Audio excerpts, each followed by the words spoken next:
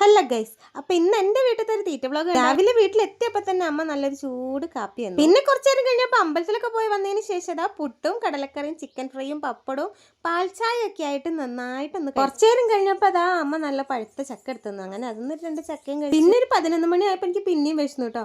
അപ്പൊ ഞാൻ കുറച്ച് മിച്ചറും പാൽച്ചായയും കൂടി കഴിച്ചു. സ്വന്തം വീട്ടിൽ വരുമ്പോ ഇങ്ങനെ തീറ്റപ്രാന്ത് കൂടുന്ന ആരെങ്കിലും ഉണ്ടെങ്കിൽ ഒന്ന് കമന്റ് ചെയ്യണം. കുറച്ചു നേരം കഴിഞ്ഞ് നോക്കുമ്പോ അമ്മ ഇരുന്ന് ചോറ് നിന്ന്. അമ്മ ഇരുന്ന് ചോറ് നിന്ന് കണ്ടിട്ടുണ്ടെങ്കിൽ അതൊന്നും ഒരു വായി കിട്ടിയിട്ടില്ലെങ്കിൽ എനിക്കൊരു സമാധാനം ഉണ്ടാവില്ല. അങ്ങനെ അതൊന്നും ഒരു വായി കഴിച്ചു. ഉച്ചയായപ്പോൾ എനിക്ക് വിശന്നപ്പോൾ ഞാൻ കുറച്ച് ചോറ് എടുത്തു കേട്ടോ. കുറച്ച് നെയ്ച്ചോറും ചിക്കൻ ഫ്രൈയും അച്ചാറും കൂട്ടിയിട്ട് അങ്ങ് കഴിച്ചു. 4-4:30 ആയപ്പോൾ അച്ഛനും ഏട്ടനും ചോറ് തിന്നതാണ്ടേ. അപ്പൊ അവരെ കൂടിയും കുറച്ച് കഴിച്ചു. നല്ല റേഷനരി ചോറും ബീഫ് ഫ്രൈയും ബീഫ് കറി പയറുപ്പേരി അമ്മ ഉണ്ടാക്കിയ നല്ല മാങ്ങച്ചാറും ചെർലാസും ചിക്കൻ ഫ്രൈയും സാമ്പാറും പപ്പടും ഇതൊക്കെയായിരുന്നു ഇന്ന് ഉച്ചക്കത്തെ സ്പെഷ്യൽ. മക്കളെല്ലാരും കൂടി ഇരുന്ന് മാങ്ങയും ഉപ്പും മുളകും ഇട്ട് തിന്നുന്നുണ്ട് കേട്ടോ. അപ്പൊ അതൊന്നും കഴിച്ചു.